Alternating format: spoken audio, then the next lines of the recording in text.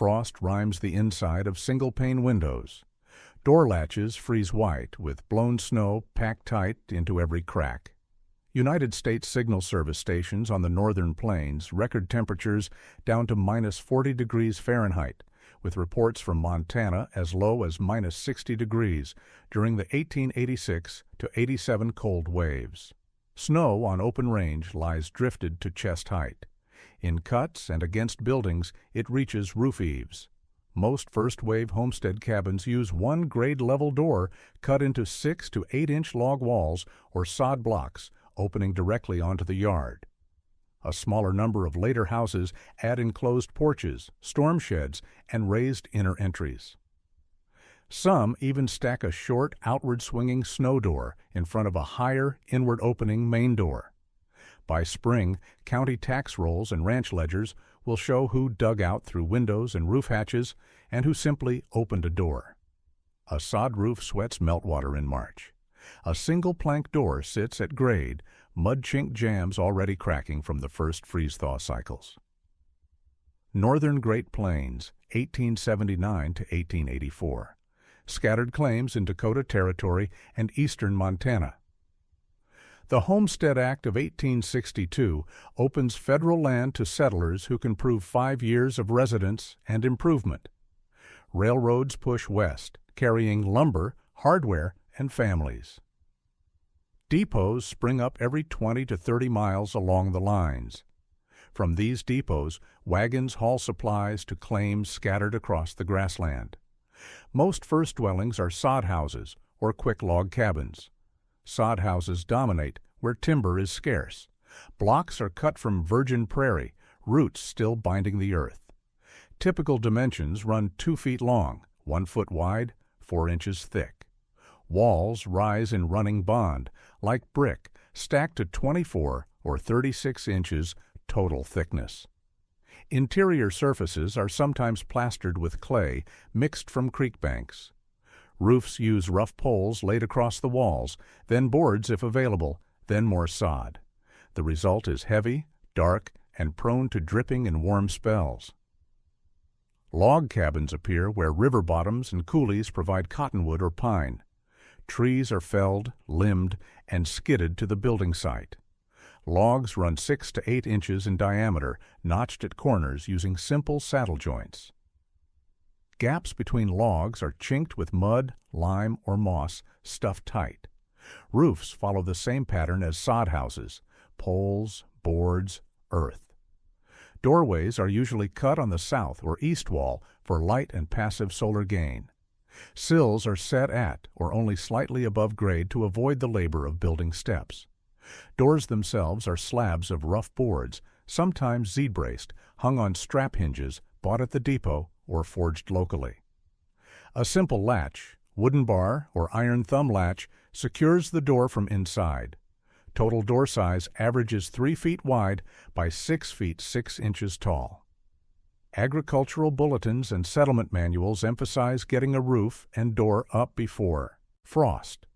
They advise on wall thickness for insulation and stove placement for heat distribution. They rarely analyze snow loads or drift behavior at doorways. The assumption is that a door is primarily a security and weather barrier. If it keeps out wind and rain, it has done its job. Builders treat the door as a threshold to cross, not as a potential failure point under deep snow. In average winters, this approach works. Snow falls, wind blows, but drifts remain shallow enough that a few minutes of shoveling clears the way. Doors open. Life continues. In the decade before the hard winter, thousands of houses go up exactly this way, fast and low. Few builders ask how they will open when drifts meet the eaves. Wind-etched waves of snow curl around a lone granary. One side is blown bare to the dirt. The other is buried to the eaves. Dakota Territory, winter 1880 to 1881, with technical context drawn from later snowdrift studies. Snow behaves as a mobile material, not as a passive covering. Understanding how it moves explains why some buildings remain accessible while others vanish. Wind speed determines how much snow the air can carry. When wind encounters an obstacle, a building, a fence, a line of trees, it slows on the downwind side. Slower air cannot hold as much suspended snow. Particles fall out of the airstream and pile into a drift. The shape and size of the drift depend on the obstacle's height, width, and surface texture. Smooth, tall faces create deeper drifts than broken, irregular faces. A barn wall presents a broad, unbroken surface. Wind hits it, slows, and deposits snow in a deep bank along the downwind side. A split-rail fence, by contrast, lets wind pass through gaps, reducing the depth of the resulting drift. Typical wind-packed snow has a density around 18 to 20 pounds per cubic foot. A door measuring 3 feet wide by 7 feet tall, buried 4 feet deep, sees a lateral load easily exceeding 1,500 pounds. A single person can exert roughly 100 to 150 pounds of sustained push at shoulder height. The math is simple. The door will not move. Railroad and Army engineering notes provide reference points. Snow fences are placed upwind of tracks at distances equal to 15 to 20 times the fence height. This ensures that the drift forms before reaching the rails, not on top of them.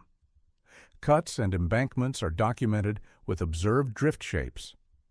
In some cases, snow fills cuts level with the surrounding terrain, burying tracks 10 to 15 feet deep. Most homesteads are sited for views, water access, and convenience of wagon entry. Prevailing wind direction and drift patterns are secondary concerns. Doors are placed where they are easiest to frame and where they provide the most light. The result is that many doors sit directly in the path of the deepest drifts. United States Signal Service stations and railroad reports describe cuts filled, sidings buried, and drifts reaching telegraph crossarms. Once you treat snow as a heavy mobile material instead of a nuisance, wall and door placement become engineering decisions, not mere preferences. A few stray fence posts set in the right place can move tons of snow away from a door without a single shovel stroke. A rough enclosed porch is tacked onto the front of a frame house. Its roof sits lower than the main eaves. A second inner door is barely visible in shadow. Northern United States Cold Belt, 1870s to 1880s. Rail lines, depots, and townhouses. Railroads adopt snow sheds over mountain track and snow fences on the plains to keep lines open. These structures prove that buildings can be shaped to handle drifts, not just endure them. Snow sheds are heavy timber frameworks built over sections of track prone to avalanches or deep drifting. Steep roofs shed snow before it accumulates to dangerous loads. In the Rockies and Sierra Nevada, some sheds extend for miles. On the plains, shorter sheds protect cuts and exposed embankments. Snow fences are simpler. Vertical slats are spaced to let some wind through while slowing the rest. Snow falls out of the slowed airstream, forming a drift upwind or downwind of the fence, depending on spacing and wind angle. The track itself remains clear. Maintenance crews can shovel a short section of drift rather than miles of buried rail. These same principles appear in town and farmhouses as storm sheds or storm porches. Regional building surveys and dictionaries define these as small enclosed porches built to protect entrance doors in cold regions. Typical dimensions run 4 to 8 feet deep with a single slope roof, simple plank door on the outer face, and a full-height inner door leading to the main house.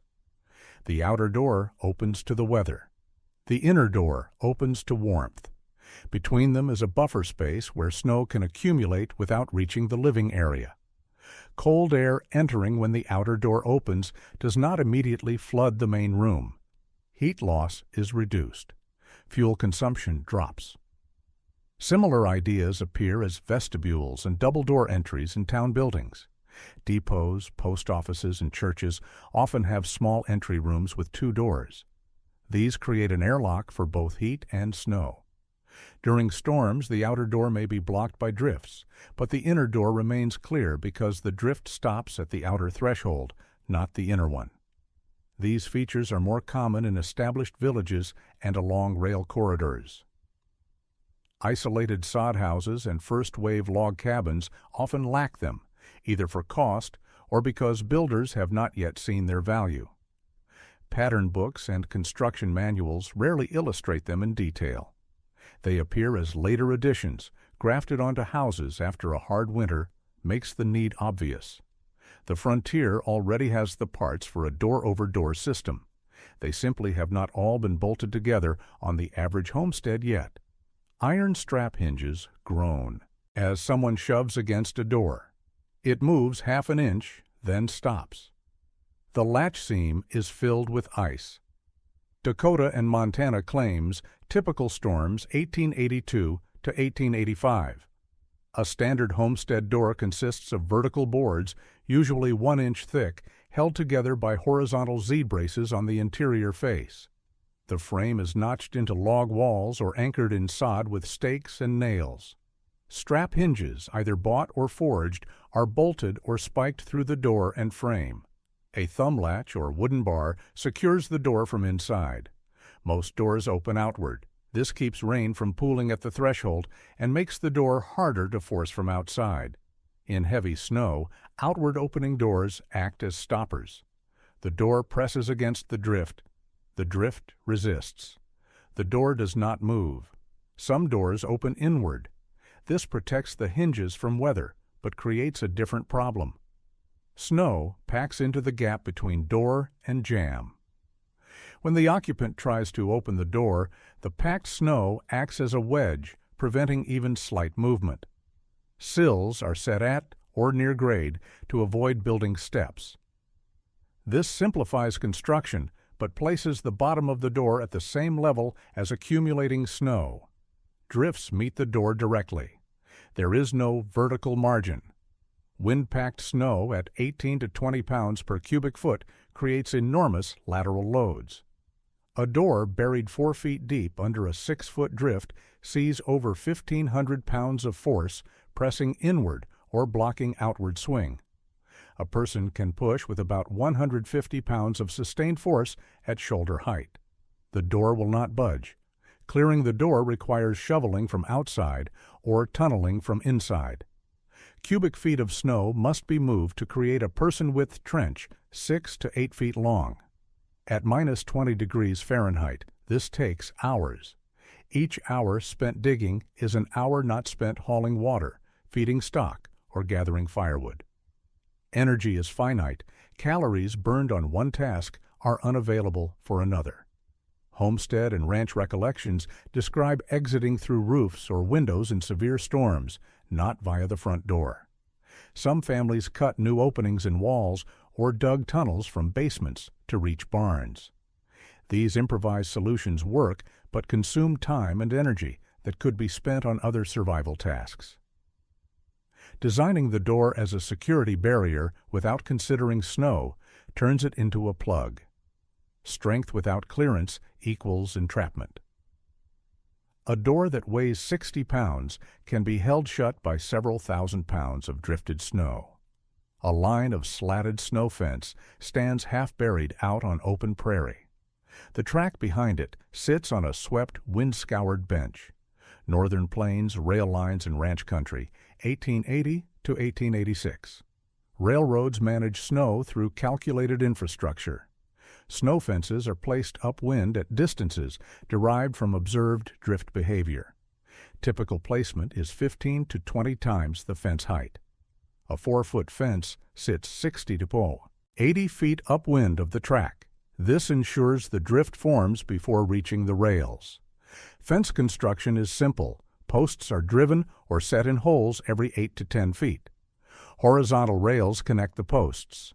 Vertical slats, spaced to allow partial airflow, are nailed to the rails. The fence does not stop the wind. It slows a portion of it, causing snow to drop out of the slowed stream while faster air continues over the top. Timber snow sheds cover cuts and exposed stretches where fences are insufficient. Heavy timbers support steep roofs designed to carry avalanche and drift loads. Some sheds are tall enough for locomotives to pass through with clearance for exhaust and smoke. Others are low galleries, just high enough for the train. These structures are expensive but cost less than constant plowing. Rotary plows are deployed where fences and sheds fail. These machines, driven by locomotives, use rotating blades to throw snow off the tracks. They can clear drifts 10 feet deep but consume time and coal. Preventing drifts is cheaper than clearing them. Large ranches adopt similar strategies. Haystacks are oriented, with ends facing prevailing winds to reduce drift accumulation. Drift fences are built around stockyards to keep access paths clear. Shelter belts of planted trees or erected windbreaks protect buildings and corrals. Ranch and range histories document catastrophic losses in bad winters.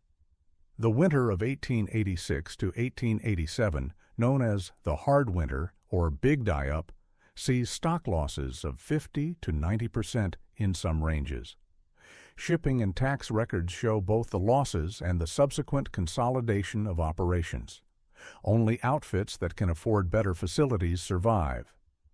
Engineering bulletins on snow fences and ranch management circulars describe these practices in detail.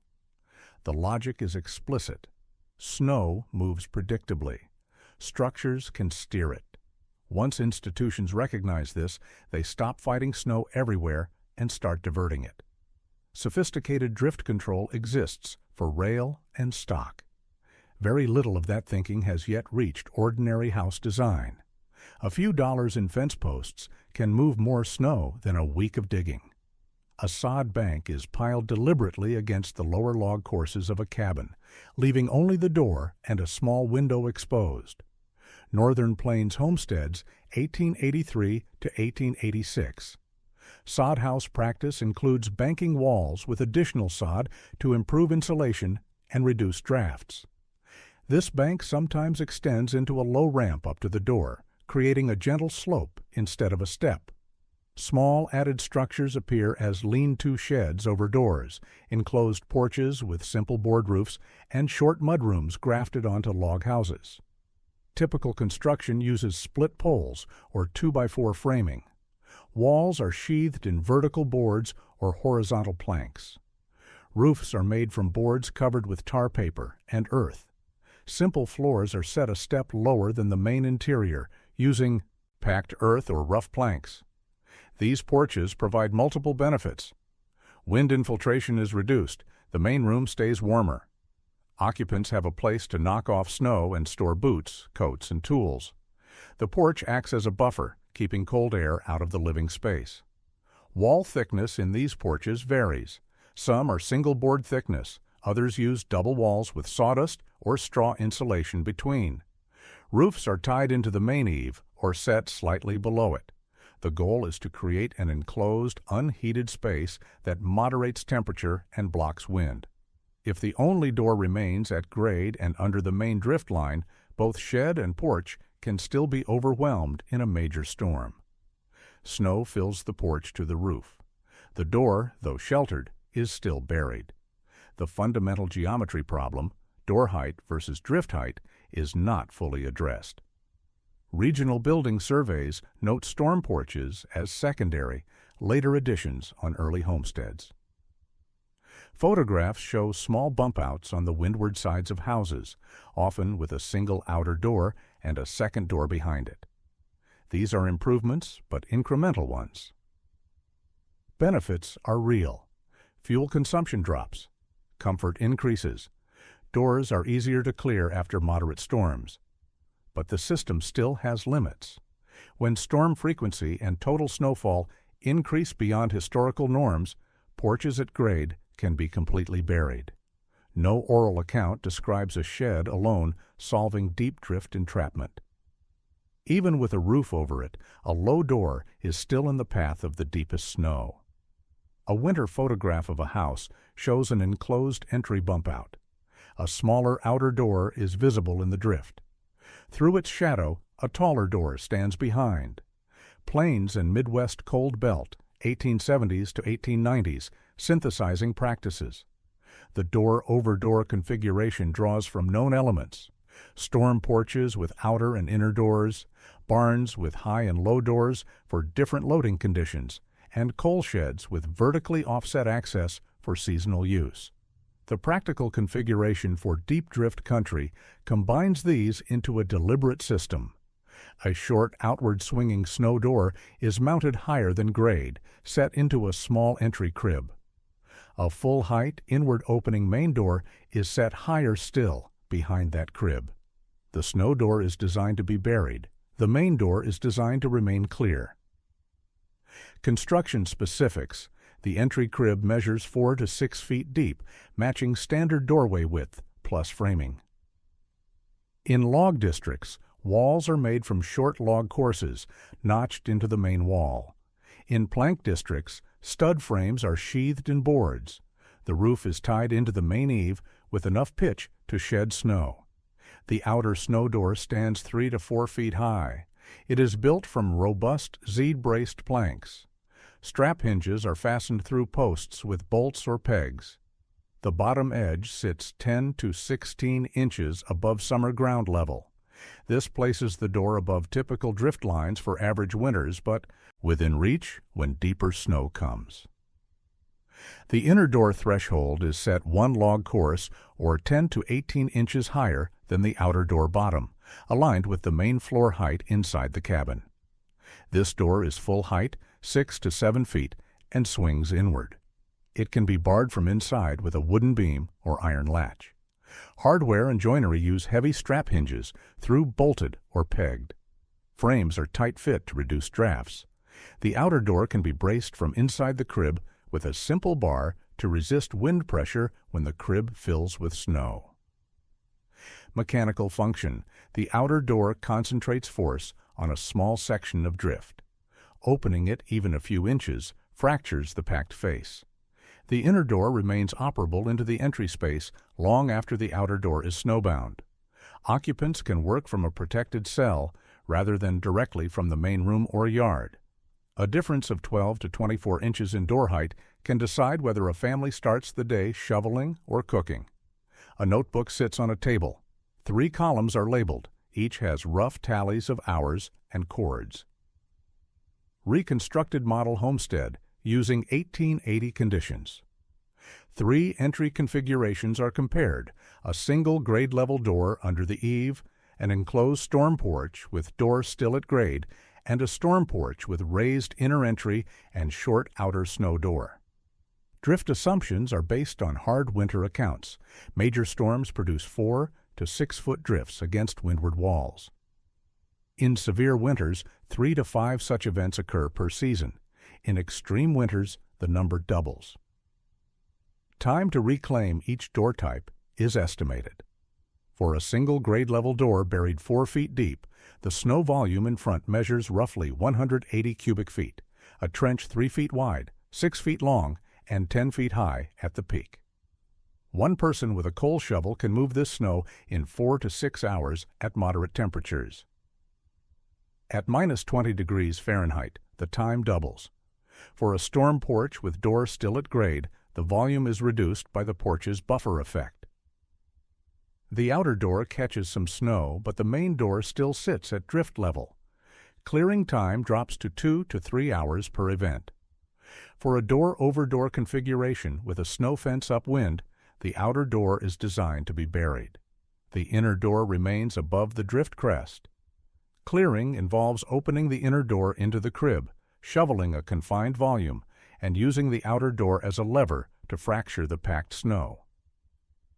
Total time per event, 30 to 60 minutes. Heat loss is also calculated.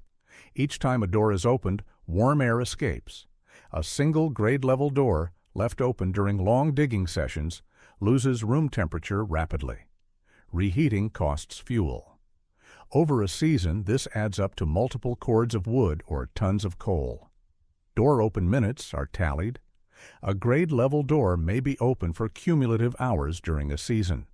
A door-over-door entry, cleared in short controlled sessions, remains open for minutes. Fuel estimates. A typical homestead cabin burns 4 to 6 cords of wood per winter. Houses with poorly managed entries burn 7 to 9 cords. Houses with efficient raised entries burn 3 to 5 cords. The difference, 2 to 4 cords represents days or weeks of cutting and hauling labor. Outcome differentials are expressed in days per winter when each house type is effectively snowed in. Grade level doors, 10 to 20 days. Storm porch at grade, 5 to 10 days. Door over door, 0 to 2 days. In deep drift country, a few extra hours in the carpentry phase can save entire days in the digging phase. A signal service logbook is open. Columns note successive storms, snowfall totals, wind directions, minimum temperatures. Northern Plains, November 1886 to March 1887. The winter that comes is not an average winter. It is a sequence of storms that overwhelms ordinary preparations. Early November brings a blizzard before cattle have fully fattened for winter. Snow blankets range grass. Temperatures drop. Livestock cannot reach feed. The storm passes, but the snow does not melt. Another storm follows in late November, then another in December. Cold snaps settle in.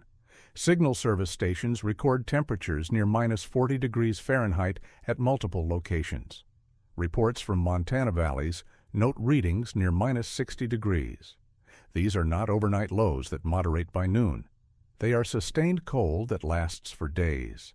January and February bring repeated storms. Each storm packs earlier snow into denser drifts. Wind speeds reach 30 to 40 miles per hour, carrying fine, dry snow horizontally across the prairie. Drifts grow against buildings, fences, and embankments. In some locations, snow reaches second-story windows.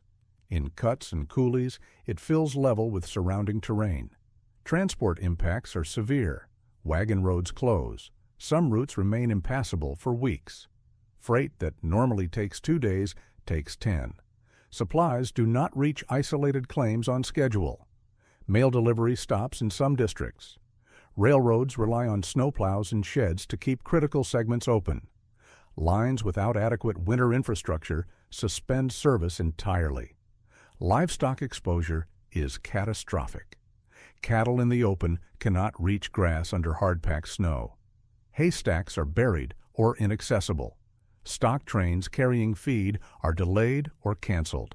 Animals die by the thousands. Some ranches lose entire herds. Range histories and contemporary press name it the hard winter or big die-up. Loss estimates run into the hundreds of thousands of head across the northern plains. Homesteads endure the same weather with no locomotives, no plows, and minimal extra timber. Small houses and barns face repeated storms with design margins already thin. Every door, every chimney, every access point is tested.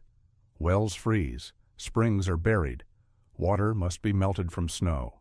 Firewood consumption rises, as occupants struggle to keep rooms warm despite repeated cold air intrusions from clearing entries. Fuel reserves deplete faster than anticipated. A winter of this magnitude turns entry design from a convenience issue into a core survival parameter. In many districts, the question becomes not just whether the roof held, but whether they could reach the door at all. A photograph shows a small frame house banked to the window sills.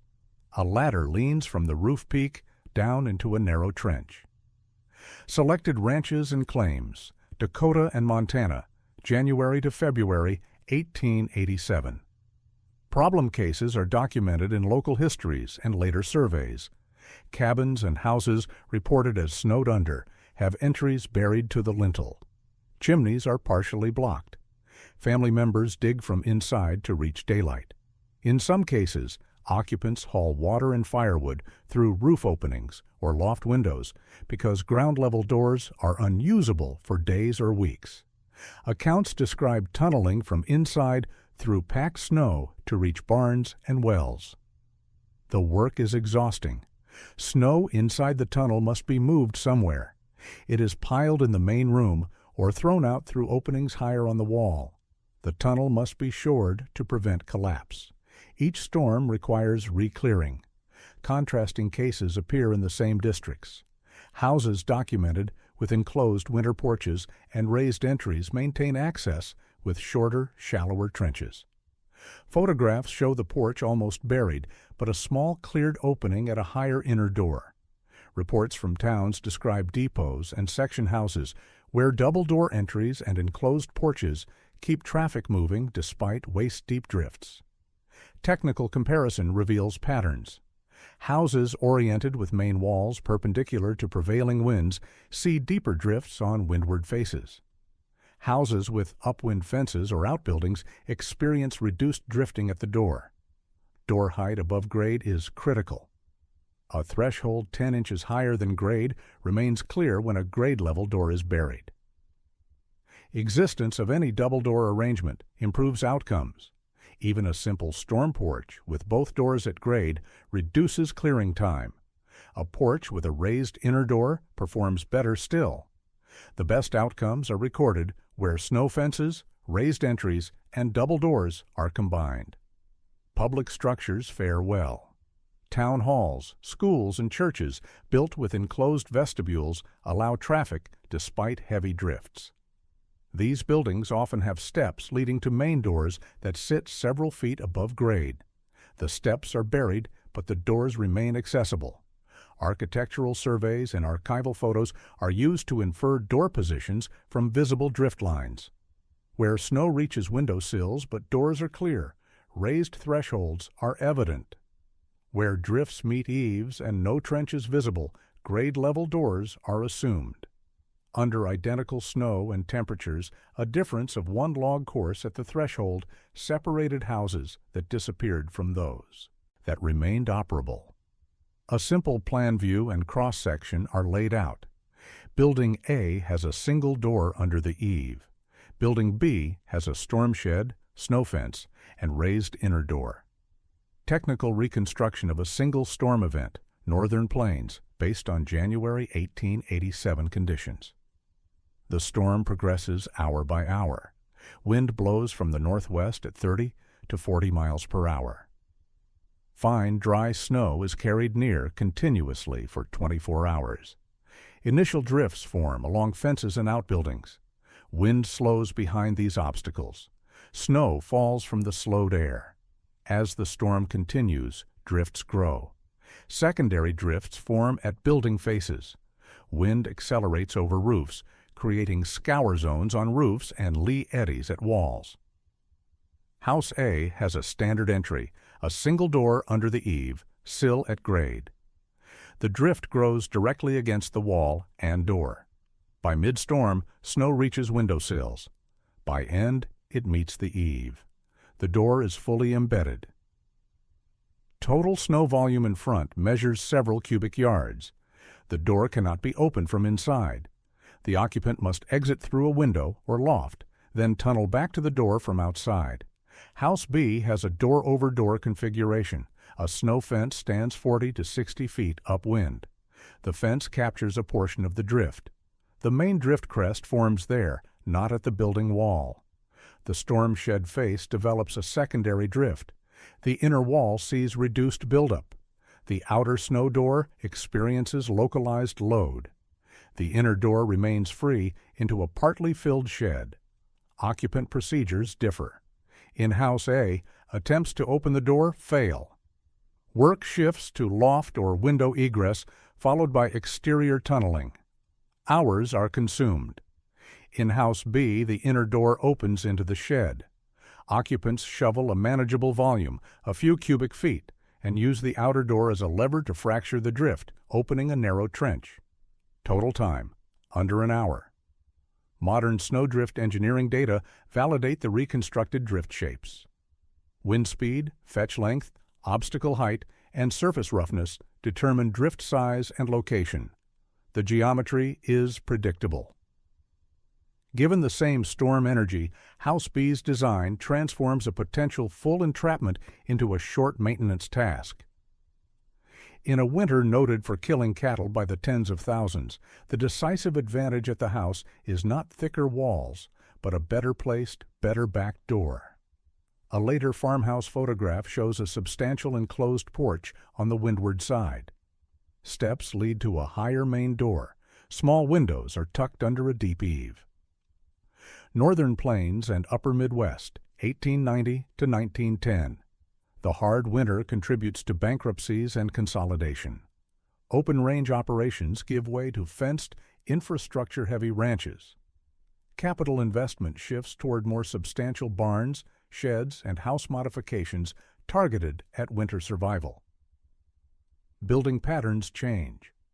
Architectural surveys note increasing prevalence of enclosed porches, vestibules, and raised entries on farmhouses and townhouses in snowbelt counties. Pattern books begin recommending vestibules for both comfort and protection of doors in cold climates. The language is cautious but clear. Winter weather demands attention to entry design. The specific term door over door rarely appears in documents, but the component ideas, storm sheds, double doors, raised thresholds, appear together more often.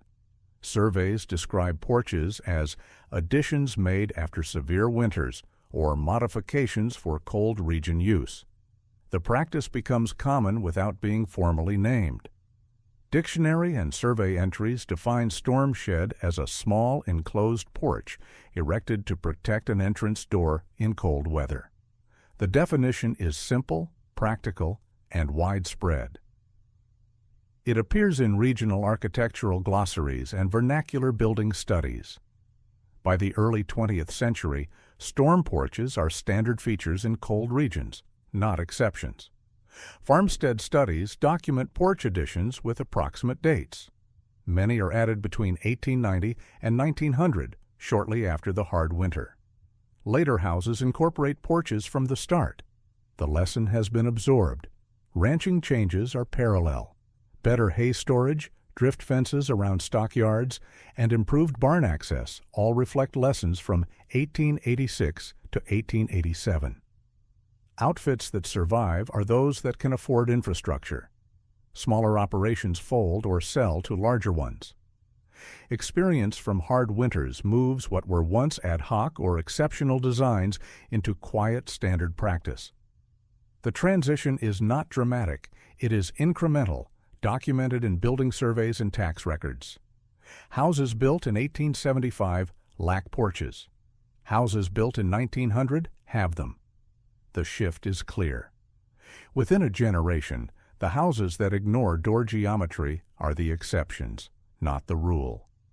A concise dictionary entry reads, "Storm shed, a small enclosed porch erected to protect an entrance door in cold weather." Retrospective view using 19th and 20th century sources. The practical lesson is simple. In deep snow country, survival favored entry systems that assumed drifts would reach eaves and designed around that reality. Railroads use snow fences to steer drifts away from tracks. Ranches use drift fences to protect haystacks and stockyards. Towns build storm sheds over depot and church doors. Rural homesteads add vestibules and raised entries. All express the same principle. Let shaped structures take the load. The logic connects across scales. At the largest scale, snow sheds span miles of mountain track. At the smallest scale, a two-door entry on a sod house performs the same function, deflecting snow from the critical opening. The engineering is scalable, the materials are simple, the results are measurable. Quantifiable outcomes appear where records exist. Reduction in labor and fuel where entries stayed clear is documented in settlement accounts. Difference in outage days between better and poorer designs is noted in local histories. Hard numbers are rare, but directional evidence is consistent. The frontier's hardest winters rewarded those who treated snow and wind as engineering problems, not as tests of will. Building for the worst conditions, not the average conditions, meant the difference between maintaining access and losing it. Range loss statistics from 1886 to 1887 are stark. Hundreds of thousands of cattle died. Some ranches lost entire herds. Human losses were lower but real. Families abandoned claims. Settlements shrank. The winter sorted those who had prepared from those who had not. Later surveys document winterized entries as standard features. By 1920, Most farmhouses in the northern plains cold belt have enclosed porches and raised doors. The principle is absorbed into regional building practice. It becomes normal. They built for the worst. The worst came.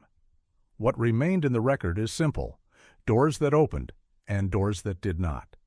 If you value fact-grounded frontier engineering, where numbers, not myths, decide survival, subscribe for more build-level histories researched from archives, weather logs, and the structures that still stand.